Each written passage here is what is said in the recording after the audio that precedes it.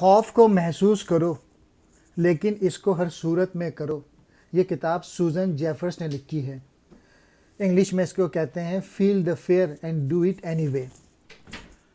سوزن Jeffers نے اس بات کی کھوج کی کہ ہمیں کیا ڈر ہے، ہم اسے کیوں محسوس کرتے ہیں اور کیا مختلف ہے.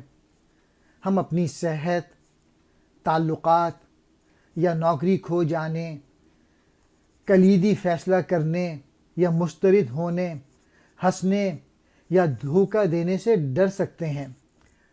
خوف کی مختلف اقسام ہیں. ہمارے ساتھ کیا ہوگا اس سے ڈرنا، جیسے تبدیلی، عمر بڑھنا، بیماری. اگر ہم کوئی نئی چیز آزماتے ہیں تو ہم سب کو خوف کی کچھ حدیں محسوس ہوتی ہیں.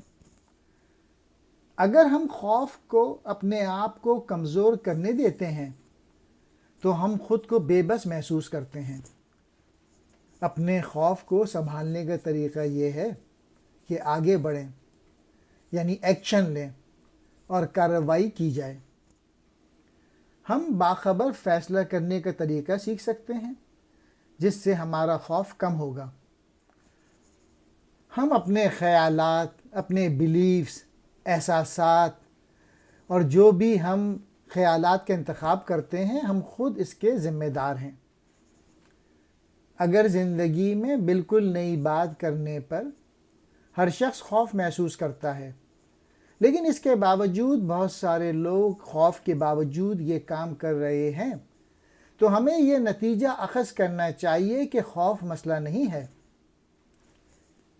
ذمہ داری لینے کا مطلب یہ ہے کہ اس بات سے آگاہ رہنا کہ آپ کہاں اور کس وقت ذمہ داری نہیں لے رہے ہیں تاکہ آپ بالآخر تبدیل ہو سکیں.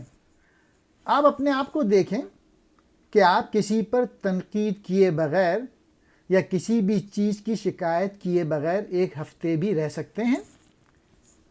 ہمیں یہ یقین کرنا سکھایا گیا ہے کہ منفی حقیقت پسندی کے برابر ہے اور مثبت سوچ غیر حقیقت پسندی کے برابر ہے. اس کتاب کا مین میسج یہ ہے کہ جو بھی ہو، خوف محسوس کرو لیکن کام کو کرو. جیفرس کا خیال ہے کہ خوف نفسیاتی مسئلہ نہیں بلکہ ایک تعلیمی مسئلہ ہے. ہم میں سے بہت سے لوگ خوف کو ایک رکاوٹ سمجھتے ہیں جو ہمیں آگے بڑھنے سے روکتا ہے. سچ تو یہ ہے کہ جب بھی ہم کوئی خطرہ مول لیتے ہیں یا کوئی نئی چیز آزماتے ہیں تو خوف کی سطحیں بڑھ جاتی ہیں. مسئلہ خوف کے ساتھ نہیں ہوتا ہے بلکہ ہم اس خوف کو کس طرح سنبھالتے ہیں. اپنے خوف کو فتح کرنے کے لیے آپ کو اسے سمجھنا ضروری ہے. خوف ان چیزوں سے آتا ہے جیسے کیریئر میں سوئچ کرنا، تقریر کرنا. پھر یہ خوف دوسرے علاقوں میں بھی پھیل سکتا ہے. نئے لوگوں سے ملنے کا خوف، تقریر کرنے کا خوف. یہ جو خوف ہے یہ بیرونی عوامل کے بجائے آپ کے ذہن کے اندرونی کیفیت کی وجہ سے ہے. عام خدشات ہیں جو زندگی کے بہت سارے شعبوں میں، جیسے ناکامی کا خوف، ریجیکشن کا خوف. جب تک آپ بڑھ رہے ہیں، گرو کر رہے ہیں، نیا سیکھنے کی کوشش کر رہے ہیں، آپ کو خوف محسوس ہوگا. لہٰذا آپ کے خوف سے بچنے کی کوشش کرنے کا کوئی فائدہ نہیں ہے. خوف کو دور کرنے کا واحد طریقہ یہ ہے کہ آپ جس کام سے ڈرتے ہیں اسے کرتے رہیں، اور آہستہ آہستہ آپ اپنا خوف کھو بیٹھیں گے.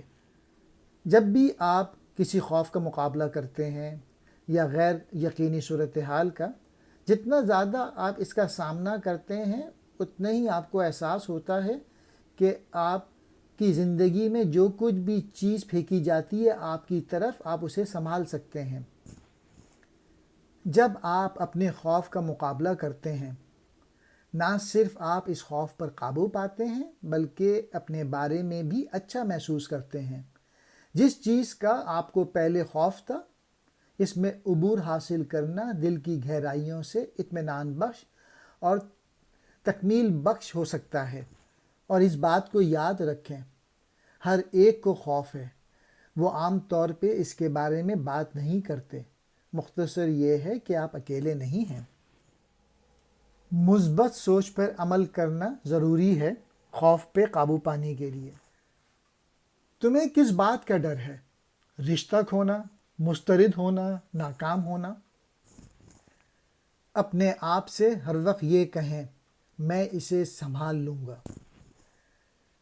اگر میری ملازمت چھوٹ گئی، میں دوسری نوکری حاصل کر لوں گا، میں اسے سنبھال لوں گا۔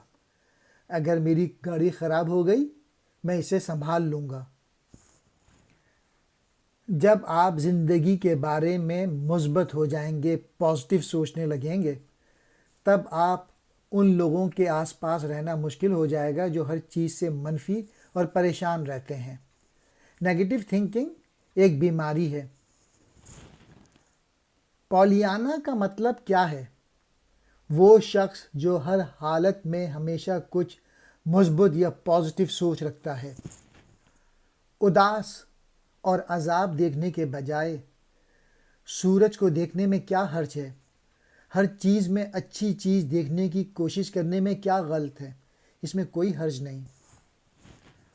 سوزن جیفرس کہتی ہیں کہ 90 سے زیادہ جس چیز کے بارے میں ہمیں فکر ہوتی ہے، جو نیگیٹو تھنکنگ ہوتی ہے، ہماری منفی پریشانیوں کے درست ہونے کا 10% سے بھی کم امکان ہے۔ اگر ایسا ہے تو کیا منفی ہونے کے بجائے مثبت پازیٹیو سوچ حقیقت پسندی نہیں ہے؟ مصنف کا کہنا ہے، آپ کو ہر روز کچھ نہ کچھ کرنے کی کوشش کرنی ہوگی جس سے آپ کو تکلیف ہو۔ ہر دن تھوڑا سا خطرہ مول لیں۔ مصنف کا کہنا ہے کہ ہم اپنے افعال، احساسات اور جذبات کے ذمہ دار ہیں۔ زندگی کے بارے میں اپنے خراب موڈ یا احساسات کے لیے بیرونی ماحول یا طاقت کو کبھی بھی قصوروار نہ ٹھہرائیں۔ بیرونی کوئی بھی چیز آپ کے احساسات کے اعمال یا جذبات پہ قابو نہیں رکھ سکتے ہیں۔ یہ آپ کی ذمہ داری ہے اور صرف آپ ہی اس پہ قابو پا سکتے ہیں۔